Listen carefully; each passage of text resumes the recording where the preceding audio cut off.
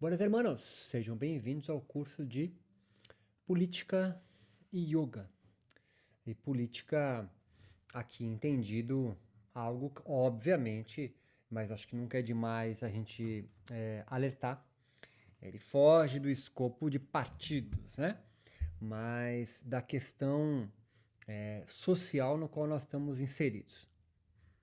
Essas primeiras aulas, essa primeira aula especificamente, vai ser importante para entendermos o seguinte. Nós somos seres biológicos, mas ao contrário ou diferente dos outros animais, como um rinoceronte, um curió, um hipopótamo, nós não somos determinados biologicamente. Nós não temos um habitat natural de viver. Nós ocupamos todos, mas temos dificuldades, óbvio, neles. Nós somos animais, por mais paradoxal possa parecer para você nesse primeiro momento, se é a primeira vez que você ouve isso, animais fracos. Nós temos corpos fracos. Nascemos imaturos, né? Nascemos com 9 meses, mas dependemos do outro para sobreviver no planeta. Somos seres, então, sociais. Se nós pegarmos aí o bebê de um humano, não abriu nem o olhinho ainda, acabou de nascer, com o bebê de um rato, um ser que parece um corpo mais frágil do que o nosso, colocarmos os dois em cima de uma bancada e sairmos, voltemos aí algumas semanas depois, quem está vivo é o rato. Se não comeu, a gente, literalmente. Porque o rato nasce com a vida ganha. O rato nasce sabendo exatamente, biologicamente, aonde viver, o que comer, como se reproduzir, se deslocar no planeta. Olha só, um rato, um cavalo, um jacaré nasce sabendo se deslocar no planeta. Você não. Você demorou, mais ou menos um ano para aprender a se deslocar no planeta de forma bem débil. Então entenda, aqui começa a nossa sociabilidade. Nós dependemos do outro para ser. E nós vamos sendo no contato com os outros. Se você for criado por lobos, você vai correr pelado, uivar na lua cheia e comer carne crua morando em tocas. Então você é humano? Não. Você vai sendo humano. Você depende dos outros para sobreviver aqui. A nossa principal arma, então, não é o nosso corpo. Nós não temos asa, como já demonstrei aqui, nós não sabemos nos deslocar no espaço. Somos bem débil mentais, soltos aqui nós morreríamos. A gente não sabe o que pode comer, o que não pode comer. A gente não sabe se reproduzir. A gente não sabe buscar abrigo. Nós morremos faltamente. Temos gestos instintivos, obviamente, respirar, gesto natatório, medo, raiva, fome, dor. A gente já nasce com esses programinhas prontos, mas eles não dão conta da nossa sobrevivência aqui no planeta. Nós dependemos de outro, já adulto, para nos ajudar a sobreviver aqui no planeta. Um cavalo, por exemplo, acabou de nascer, depende de alguns minutos para ele começar já a correr aqui no planeta. Nós demoramos muito para isso acontecer e se não tiver um outro humano ou um conjunto de humanos, nós não conseguimos fazer isso sem a ajuda do outro. E algo muito mais importante, a gente vai subindo mais o degrau então, é que a nossa, como você pode se perguntar então, como é que nós ocupamos o topo da cadeia alimentar? Porque nós desenvolvemos uma arma muito eficaz, mas se cobra um preço altíssimo por isso. A nossa principal arma é a antecipação de perigos. Por termos um corpo fraco, por não nascermos prontos, nós nascemos com uma arma muito poderosa que é a antecipação de perigos. Nós vemos perigos em tudo que está acontecendo agora, rememoramos perigos passados, para se acontecer algo similar aqui, a gente também está no estágio de perceber o que nós devemos fazer, chama de luta ou fuga, ou antecipamos perigos que possam vir a acontecer, fruto do passado ou de quem ainda já nos contou algo que ocorreu. Então nós somos muito hábeis na antecipação de perigos. Essa é a principal arma humana, que é ambivalente ou paradoxal, ou um preço muito alto que nós pagamos por isso, porque nós, antecipando, vendo perigo em tudo, a gente conseguiu sobreviver ao planeta, por causa dos outros, obviamente, mas atingimos o topo da cadeia alimentar, mas o preço que nós pagamos é tendo que ficar atento praticamente o tempo todo, antecipando possíveis predadores que vão acabar com a nossa raça. Então entenda, somos animais fracos, não nascemos prontos, mas fomos desenvolvendo uma arma excepcional que vai sendo lapidada no convívio com outros, formando então grupos sociais, que é a antecipação de perigo. Nós nascemos então com 4 gatilhos que acionam esse eixo de estar ligado em tudo. Qualquer animal, e nós somos experts nisso, com fome, raiva, dor e medo, vai acionar um eixo chamado eixo de estresse, formado por 3 glândulas, hipotálamo, hipófise, adrenal, que libera o principal hormônio de estresse. Tudo isso fisiológico, tudo isso biológico, portanto, tudo isso inato, você não precisa pensar para isso acontecer. Você é um curió, um golfinho, nasce com isso. E há 3 fases que acionam isso. Fase de alarme, quando seu corpo detecta, consciente ou não, um agente estressor na realidade ou imaginário. A segunda fase é a fase adaptativa. Você vai gerar uma resposta adaptativa ao estresse que aconteceu aqui. Então, desde estresse, perigos de vida internos, orgânicos, como diminuição de glicose, frio, calor, até um animal feroz vindo nos atacar, um olhar de um outro humano que você percebe que pode ser de vingança, de raiva, de malícia, ou antecipando ao que possa acontecer, ou rememorando algo, vai ser acionado um eixo neuroendócrino que vai gerar uma cascata de respostas fisiológicas, te preparando então para a luta ou fuga. Agora, algo que desse eixo que é comum a todos os animais, somente nós, bichos mais fracos do planeta, biologicamente, desenvolvemos, que é a fase crônica. Nós conseguimos ficar cronicamente nesse estado, porque a gente pode entrar num estado paranoico, neurótico, guarde essas palavras, de estar ligado em perigo em tudo. Então, fase 1, fase de alarme, fase 2 de adaptação, e a fase 3 só nós humanos conseguimos desenvolver. Conseguimos, ou fomos fadados, ou condenados a desenvolver, porque bicho fraco, na antecipação de perigos, que é a fase crônica. Podemos estar, então, constantemente com uma ideia, um pensamento imaginário ou real, a grande parte é imaginário, porque a imaginação, vem comigo que eu vou subir o 3º degrau agora, que é a cereja do bolo de nós, bichos humanos aqui. Por nascermos homens fracos, estou ouvindo que eu tenho necessatura plena, por nascermos homens fracos, bichos fracos, desenvolvemos uma antecipação de perigo, todos os animais têm isso. Mas a nossa é muito forte, porque é a nossa principal arma. Não temos veneno, não temos asa, não sabemos deslocar, sair na mão com sagui, você apanha feio, joga uma bomba atômica no planeta, barata sobrevive. É a antecipação de perigo, então nós desenvolvemos o estresse crônico, essa resposta de luta ou fuga de forma crônica em nós. Isso pode nos levar à morte, por isso é paradoxal. Né? Nós conseguimos, então, como um animal, um bicho, desenvolver estado de luta ou fuga, como todos os outros, mas podemos entrar num estado de estresse crônico. Vem comigo que eu estou subindo mais um degrau agora, hein? No qual a gente pode ficar paralisado. Estresse crônico gera muito cortisol, gera muito resposta de luta ou fuga, e você então pode morrer por isso se ficar de forma crônica. Por isso, então, nós desenvolvemos formas, maneiras, que essa antecipação de perigo afaste-se de nós momentaneamente. O que é isso? Nós somos experts por sermos animais fracos, por anteciparmos perigos, mas se ficar no eixo do estresse, luta ou fuga 24 horas, a gente pode morrer. Nós então inventamos histórias. Se tem uma arma em nós, muito mais do que antecipação de perigo, porque isso todos os animais têm, algo que é muito bom em nós é inventar histórias. Ernest Becker tem um livro chamado A Negação da Morte, que faz uma explanação sobre isso de uma forma primorosa, não é à toa que ganhou o prêmio Pulitzer por isso. Como assim? Nós somos animais que sabemos, tá aí o nome Homo sapiens sapiens. por estarmos antecipando perigo em tudo, por sermos muito bons na antecipação de perigos, mas se nós ficarmos percebendo perigo em tudo que pode acontecer, você não sai da cama.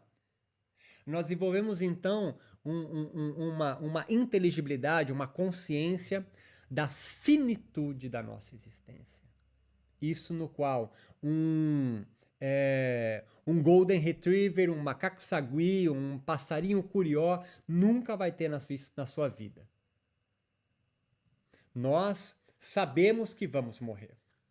Por isso nós nos compreendemos corpos finitos, mas desejamos ter uma infinitude no planeta. E como nós somos muito bons em inventar histórias, James Hillman vai usar um termo que eu adoro, chama ficções que curam, ou ordenadores de realidade, e há mais uma infinidade de possibilidades de pensar sobre isso. Construções sociais da realidade, é um outro termo que Peter Berg e Thomas Luckmann utilizam, são marcos teóricos que eu vou utilizar aqui no nosso curso, eu deixo as referências depois para vocês aí. Nós, então, não apenas antecipamos perigos como faz um passarinho curió, ou um lobo, ou o que é que seja. Nós inventamos histórias sobre isso. Então pensa o seguinte, uma historinha para ver de um livro de um cara chamado Robert Sapolsky, que vai escrever um livro chamado As Zebras, porque as zebras não têm úlceras. Úlcera é uma doença clássica de que tem estresse crônico.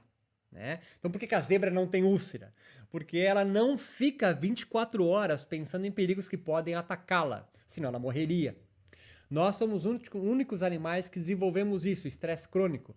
Uma fase do estresse no qual as respostas adaptativas geradas na fase 1, quando foi detectado um problema, não consegue dar conta do problema. Então vamos supor que eu estou andando e vejo animais ferozes indo me buscar. Fase 1, detecto agente estressor, uma cascata fisiológica acontece, pupila dilata, sangue, musculatura esquelética, paradigestão, contrai meus músculos, tudo me preparando para a luta ou para a fuga. Aumenta a frequência cardíaca, respiratória, pelos eriços para ser maior para o seu predador ou para a sua presa. Todos os animais têm isso, você e um rato. Aí eu vou gerar uma resposta adaptativa. Clássica, luta ou fuga. Eu vou para cima ou fujo. Mas como a gente sabe que é fraco, um rato foge, entra numa toca, a gente não consegue sair na mão com nenhum bicho que a gente apanha. Nós desenvolvemos então a fase crônica, que é quando fica cortisol sendo secretado e você pode entrar num estado então de morbidez. Você não sai da cama, você não vai sair da caverna. E nisso nós inventamos histórias. E histórias então, por exemplo, que pode ser muito simples. Cara, a gente com uma lança vai encurralar os búfalos no desfiladeiro, aí eles vão ficar encurralados e aí nós vamos conseguir matar. Entenda que isso é necessário, você pensar nisso muito, cara. E é também necessário você inventar uma história para convencer o outro para fazer isso. Porque você entende que é uma história maluca, né? Você vai... Como é que nós vamos pegar esse búfalo? Nós vamos encurralar eles. Mas peraí, nós com um pedaço de pau... Nós vamos pegar ele, um bicho que tem 1 tonelada, nós vamos pegar com um pedaço de pau e uma pedra na ponta, vamos levar eles por um canto do desfiladeiro, eles vão poder fugir, vão ficar encurralados, e a gente mata. Mas se ele vai correndo pra cima de nós? Mas aí um vai morrer, mas a gente vai conseguir pegar outro, vai trazer. E deu certo, ou deu certo porque a gente testou muito. Então entenda, para isso acontecer, é necessário ter desenvolvido algo muito bom na gente, que é a linguagem. Todos os animais também têm um tipo de linguagem, mas a nossa é muito rebuscada. Um gorila tem um cérebro quase 98% igual ao nosso, mas você nunca vai ver ele em Oxford dando aula sobre a biologia dos mamíferos na universidade. Se tiver, me chama, porque ali alguma coisa está acontecendo de espetacular. Então entenda, nós conseguimos desenvolver algo genuinamente humano, que é a contação de história. A gente inventa história, a gente inventa ficções. O yoga vai chamar isso de Maya. Se há algo em nós que é genuinamente humano, se há uma essência em nós, palavra que eu não gosto, mas aqui fica claro, é a nossa capacidade de perseverar se existindo, mesmo contando mentiras, invenções, ilusões, utopias, ficções que curam a gente de um mal-estar gigante. Então, voltando para Robert Sapolsky. Imagine zebras passando, vai ficar claro o que eu estou falando para você agora, fica junto comigo agora, que eu estou fechando o rolê. Imagine zebras passando nas savanas da África, tranquilamente, e aí tá ali o vovô dela, que tá com um problema no joelho, a vovó com a lombar meio estourada, o titio, os sobrinhos mais novos, né? E uma zebrinha acabou de nascer, nem sabe muito bem como é que passa ainda, é meio débil mental. Então entendo. Estão ali passando tranquilamente na savana da África e aí eles avistam leões famintos no topo da colina, sei lá. Detecta o agente estressor, leão, gera uma resposta adaptativa, luta ou fuga. Algumas zebras mais jovens nesse momento vão para alguma pedra mais alta ali, um platôzinho ali da planície, e dão coices muito altos para o céu. Você fala, mas é contraproducente porque já não fugiu.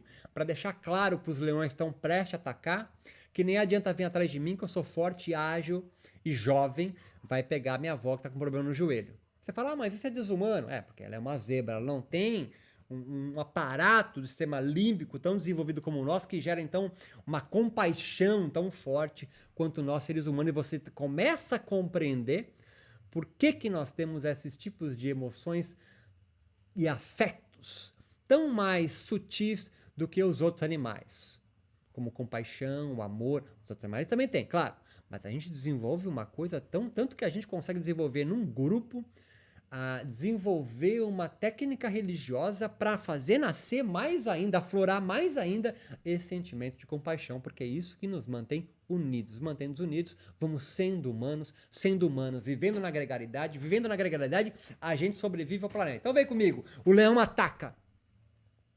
Algumas zebras conseguem fugir, outras lutam e morrem, e aquele vovô com problema no joelho pegou, a lombar da vovozinha atacou, ela foi comida. Então você entende? Os leões atacam, comem, estão ali dilacerando viva algumas zebras, e outras conseguem fugir. Depois de 10, 20, 30, 40 minutos, uma hora, sei lá, com os parentes ainda sendo dilacerados praticamente vivos pelos leões, as zebras voltam a pastar tranquilamente a 100, 150 metros de distância dos leões que tentaram as matar. Por quê? Porque elas não desenvolvem a fase 3 do estresse, a fase crônica, antecipando. Será que você voltar lá, o leão me pega? Será que eu vou voltar lá, o leão me pega? A zebra não pensa isso. Porque o agente estressor da zebra não era o leão propriamente dito, mas a fome do leão, que está sendo agora suprida pela minha avó, que tinha um problema na lombar, e meu avô tinha um problema no joelho, não conseguiu fugir e morreu. Se nós fôssemos as zebras, vem comigo agora, larga o papel, presta atenção. Nós estaríamos reunidos à noite em torno da fogueira, com os anciões leoninos ao lado dos anciões zebrinos, discutiríamos regras morais, gestos, rituais, ofereceríamos zebras virgens para aplacar a fúria dos deuses leoninos, construiríamos cercas separando o território leonino do território zebrino. A zebra só foge, o leão só ataca. A vida, de uma certa forma, é mais simples para eles. Nós não. Por sermos fracos, estou fechando o rolê. Desenvolvemos uma arma potentíssima, que é a antecipação de perigo. E junto com a antecipação de perigo, nós desenvolvemos uma linguagem rebuscada, porque precisávamos conversar entre nós para desenvolver narrativas, construções sociais, leia-se, subjetividades, que suplantam um terror gigante que nós, último patamar agora, únicos animais do planeta, conseguimos desenvolver por maldição ou bênção, que é a ideia da morte. Nós somos os únicos bichos no planeta que sabemos que vamos morrer. A partir de 7 anos de idade, mais ou menos, você já se ligou que a morte existe. Nunca vocês têm 7 anos, nunca papai e mamãe tem que comprar Nutella para mim. Com 18 anos, tu já saca que a morte está mais próxima, mas nunca vocês têm 18 anos, nunca papai e mamãe, que tem que pagar a faculdade. Com 25, 30 anos, tu já começa a perceber que a vovó já foi, titia já pode ter ido também. Com 45, meu amigo, talvez papai e mamãe já foi. A partir dos 46, 50, meu amigo, você já sabe que é o próximo da fila. É uma pergunta que Ernest Becker faz, se a única certeza absoluta que nós temos na vida é que vamos morrer, Por que a gente tá parado agora na frente do computador assistindo um curso de uma plataforma EAD, ouvindo um retardado falar sobre isso? Por que a gente faz faculdade, faz curso de formação para ser professor de yoga, fica de cabeça para baixo e 25 respirações em Ujjayi? Como é que a gente consegue levantar da cama ou sair da caverna apavorado, petrificado de medo perante a morte iminente que você sabe que vai acontecer, mas não quando? Ernest Becker vai chamar então isso de mentira, mentira caracterológica. Você mente, você cria uma ficção, desenvolvemos utopias, construções sociais da realidade, subjetividades, para afastar bem longe a verdade intrínseca que nós temos. E viver em sociedade, o homo socius, depender do outro, é algo inerente ao ser humano. Não há como um ser humano vivendo de forma solitária. Espero ter contribuído com alguma coisa e nos encontramos então na nossa próxima aula. Forte abraço.